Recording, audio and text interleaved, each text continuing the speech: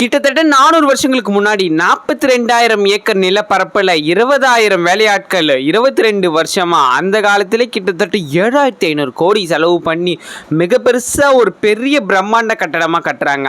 அதுதான் இந்த ஒரு தாஜ்மஹால். ஸோ இது உலகின் 7 அதிசயங்கள்ற ஒன்றாக திகழ்கிறது தான் இந்த ஒரு தாஜ்மஹால். ஸோ இந்த ஒரு தாஜ்மஹாலை பற்றி தான் பார்க்க போகிறோம். ஸோ வாங்க வீடியோக்களை போகலாம்.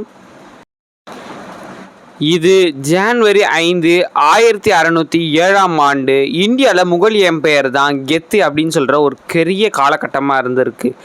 இன்றைக்கி ஜான் 5 ஜஹாங்கீர் அப்படின்ற ஒரு பெரிய கிங்கோட யங்கஸ்ட் சன் ஷிபாப்தீன் முகமது குரான் அப்படின்றவனுக்கு 15 வயசு ஆகுது. ஸோ இன்றைக்கி தான் அந்த ஒரு சின்ன இளவரசரோட பர்த்டே. ஸோ அப்போது இந்தியாவில் கிங்கோட பர்த்டேனா எப்படி இருக்கும்? ஸோ அந்த மாதிரி இந்த இந்தியாவுக்கே ஒரு பெரிய திருவிழா மாதிரி நடக்குது அந்த ஒரு ஜஹாங்கீரோட சின்ன பையனோட பர்த்டே ஃபங்க்ஷன்.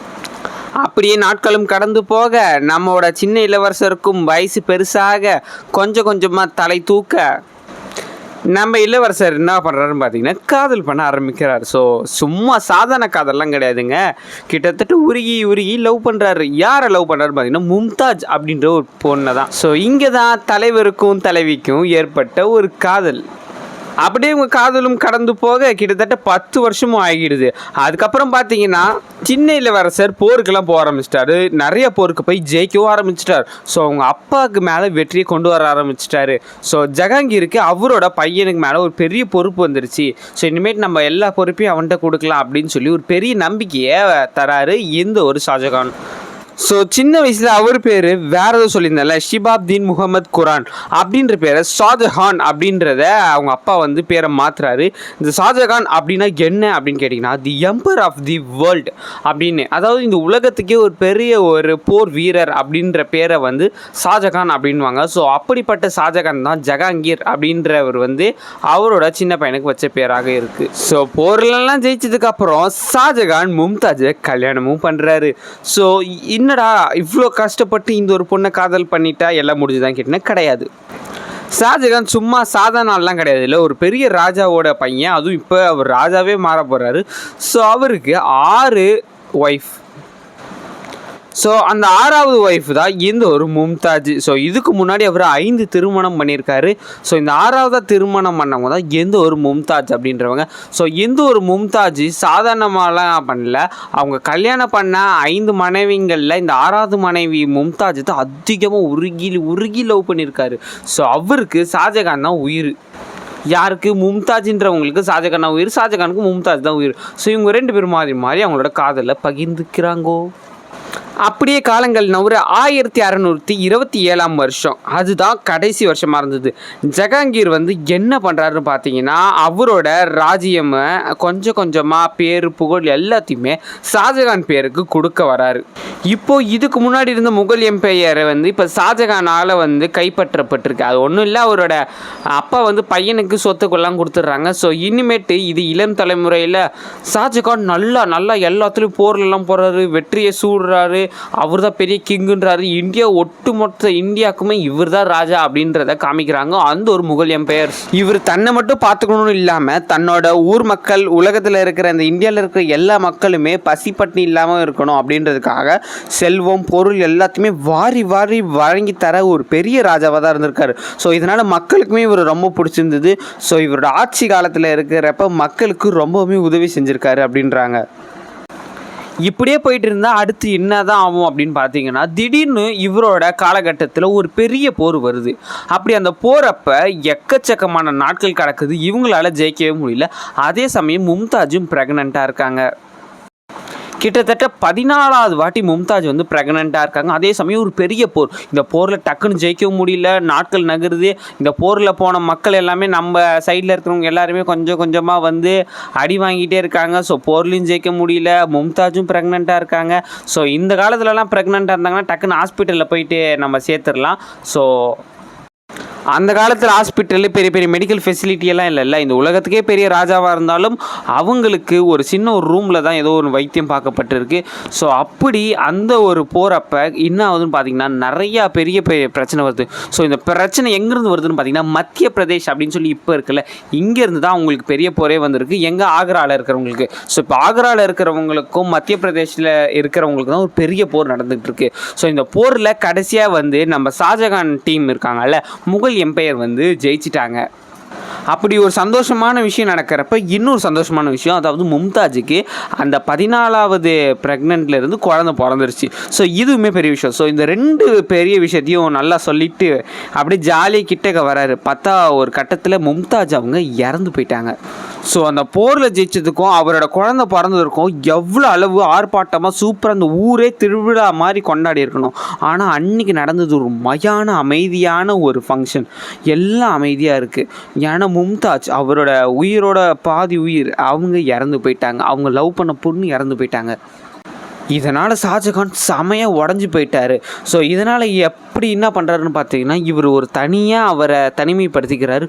ஒரு ரூமுக்குள்ளே போயிட்டு 8 நாளாக எதுவுமே தண்ணி இல்லாமல் சாப்பாடு இல்லாமல் ஒரு ரூமில் போயிட்டு அடைஞ்சு கிடக்கிறாரு. ஸோ 8 நாளுக்கு அப்புறம் கழித்து வர்றாரு. மெலிஞ்சு போயிருக்காரு. பார்க்கவே ரொம்ப டயர்டான மாதிரி ஒரு இருக்குது. அது உள்ளே அழுது புரண்டு எதுவுமே பண்ணாமல் யாருக்கிட்டையுமே பேசாமல் 8 நாள் தனியாகவே இருக்கார். ராஜா கூட இருக்கிறவங்க எல்லாருமே செமையாக இவரை பார்க்குறாங்க. மும்தாஜ் இறந்ததுக்கப்புறம் இவர் பழைய மாதிரி இல்லை அப்படின்றது. நாட்கள் நகருது. அப்படியே பார்த்தீங்கன்னா ஷாஜகானுக்கு 40வது வயசு ஆகுது. அந்த 40வது வயசு காலகட்டங்கள்லேயும் இவர் 6 மாதமாக போய்ட்டு ஒரு ரூமில் அடைஞ்சிருக்கிறாரு. எதுக்குன்னு பார்த்தீங்கன்னா தலைவனுக்கு செம்மையான டிப்ரெஷன். ஏன்னா மும்தாஜ் இறந்ததை இவரால் வந்து ஜீர்ணிக்கவே முடியல. ஸோ அவங்களோட ஒய்ஃபு எல்லாமே இப்படி நினச்சிட்டு இருக்கப்ப இறந்துட்டாங்கல்ல. ஸோ அதனால் அவர் ரொம்பவுமே மனசு உடஞ்சி போயிடுறாரு. ஸோ அந்த 40 வருஷத்தில் அந்த 6 மாதங்கள் உள்ளே போயிட்டு வெளியில் வராரு. வெளியில் வந்தால் நல்லா நரைச்சி போன முடி, தாடி, உடம்பெல்லாம் மெலிஞ்சு போய் சாப்பிடாம அப்படியே இந்த சாகிற நிலைமையில் யாராவது இருப்பாங்கல்ல, பார்க்கவே ரொம்பவுமே பஞ்சத்திலையும் பட்டினிலையும் இருந்த மாதிரி. அவ்வளோ பெரிய ராஜா. எல்லாரும் பார்த்து ஆச்சரியப்படுற மாதிரி உடம்பெல்லாம் சரியில்லாமல் போய் பார்க்கவே ஒரு மாதிரி வியர்டாக அன்க்ளீனாக இருக்கார். ஸோ வந்து கொஞ்ச நாளில் வந்து பார்த்திங்கன்னா அப்பயும் நல்லா சாப்பிட்டாரான்னு பார்த்தீங்கன்னா சாப்பிடல. ஸோ அவர் எதுக்கு வெளில வந்தார் அப்படின்னு பார்த்தீங்கன்னா, இந்த 6 மாதமாக இவர் ஒரு ரூமில் இருந்தார் பார்த்தீங்களா, அப்போ இவருக்கு ஒன்று தோணியிருக்கு. அதாவது ஒரு ஐடியா மாதிரி வந்திருக்கு. அதாவது மும்தாஜும் ஷாஜகானும் ஒன்றாக இருந்த அந்த ஒரு நேரத்தில் வந்து பார்த்திங்கன்னா மும்தாஜ் வந்து கேட்டிருக்காங்க, நான் இறந்துட்டேன்னா எனக்காக ஒரு ஸ்பெஷலான ஒரு கல்லறையை உன்னால் ரெடி பண்ண முடியுமா அப்படின்னு கேட்டிருக்காங்க. ஸோ அந்த ஒரு தாட் அவருக்கு இப்போ வந்திருக்கு. ஸோ அதனால் வந்து பார்த்திங்கன்னா இப்போ இவர் வெளில வந்திருக்காரு. ஸோ அப்போ மத்திய பிரதேஷில் அடக்கம் பண்ண அந்த ஒரு மும்தாஜ் பாடியை எடுங்கடா, இதை எப்படியோ போய் ஆக்ராவில் வச்சு அவங்களுக்காக ஒரு பெரிய கல்லறையே கட்டுறோம். ஸோ அந்த ஒரு கல்லறை தான் தாஜ்மஹால். ஸோ அந்த ஒரு தாஜ்மஹாலை சும்மாலாம் கட்டிட முடியுமா? அதுக்காக எக்கச்சக்கமான பிளானு. இந்த உலகத்திலே சிறந்த வல்லுநர்கள் எப்படி இந்த இன்ஜினியரிங் ஆர்கிடெக்ட்லலாம் படித்து கரைச்சி குடிச்சவங்கள கூப்பிடுறாங்க. அவங்களெல்லாம் கூப்பிட்டு கிட்டத்தட்ட எனக்கு 100-200 வேலையாட்கள்லாம் தேவையில்ல, எனக்கு 20,000க்கும் மேலே வேலையாட்கள் தேவை அப்படின்னு சொல்லி கிட்டத்தட்ட 22 வருஷமாக இதுக்காக கஷ்டப்பட்டு கட்டியிருக்காங்க இந்த ஒரு தாஜ்மஹாலை. முக்கியமாக இந்த தாஜ்மஹாலுக்கு ஐடியா எங்கேருந்து எடுக்கிறாருன்னு பார்த்தீங்கன்னா, தன்னோட அப்பாவோட ஒரு கல்லறையிலேருந்து இந்த 4 தூணை எடுத்துக்கிறாங்க. அப்புறம் தாத்தா அதுலேருந்து இந்த மெயின் பாடி எடுத்துக்கிறாங்க.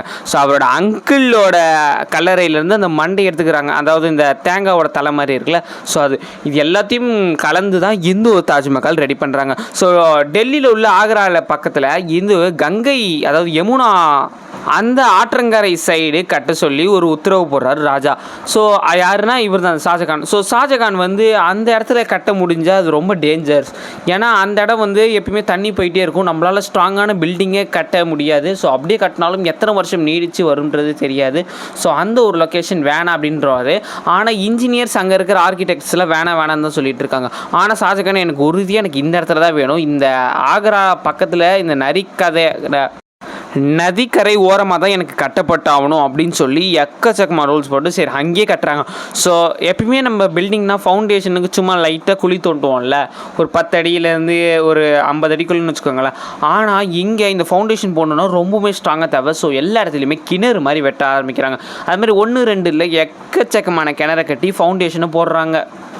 அப்புறம் ஃபவுண்டேஷனை போட்டு அதுக்கு மேலே பேஸ்மெண்ட் வச்சு அந்த பேஸ்மெண்ட்டுக்கு மேலே வந்து பார்த்திங்கன்னா பெரிய பெரிய ஒயிட் கலர் மார்பிள்ஸை வெளி ஸ்டேட்லேருந்து எடுத்துகிட்டு வந்து யானைகளை வச்சு எல்லாம் வேலை வாங்கியிருக்காங்கன்னு சொல்கிறாங்க. ஸோ இது கட்ட எக்கச்சக்கமான பேர், எக்கச்சக்கமான செலவில், எக்கச்சக்கமான ஒரு அற்புதங்களால் கட்டப்பட்டது தான் இந்த ஒரு கட்டடம். ஆனால் இது ஒரு பெரிய ஒரு அடையாளமாக இருந்தாலும் இது வந்து ஒரு கல்லறை அப்படின்றாங்க. ஸோ உலகின் காதல் சின்னமாக இந்த ஒரு தாஜ்மஹாலை இப்போ நிறைய பேர் சொல்லிக்கிட்டு இருக்காங்கல்ல, அதுக்கு பின்னாடி இருக்கிற ஒரு பெரிய ஒரு கதை தான் இந்த ஒரு மும்தாஜ் அண்ட் ஷாஜகானோட லவ் ஸ்டோரிஸ். ஸோ அவங்க இறந்த பேருக்கும் அவங்களுக்காக ஒன்று செய்யணுமே அப்படின்னு சொல்லி தான் இந்த ஒரு கல்லறையை வந்து கட்டியிருக்காரு ஷாஜகான். இப்போல்லாம் எக்கச்சக்கமான டிரான்ஸ்போர்ட், கிரேனு, ஜேசிபி, பொக்லைன் அது மாதிரி எல்லாம் எக்கச்சக்கமாக இருக்குது. ஆனால் அந்த காலத்துலலாம் ஒரு ஸ்டேட்லேருந்து இன்னொரு ஸ்டேட்டுக்கு எடுத்துகிட்டு வரணும் எவ்வளோ நேரம், எவ்வளோ நாட்கள் டைம் ஆகும். ஸோ அப்போது பெரிய பெரிய யானைகள் மேலே வச்சு தான் இந்த மாதிரி கொண்டு வந்திருக்காங்க. ஸோ இப்போல்லாம் சிமெண்ட்டு, ஸ்டீல் கம்பின்னு சொல்லி எக்கச்சக்கமான டெக்னாலஜிஸ் இருந்தாலும் அந்த காலத்தில் எதுவுமே இல்லை.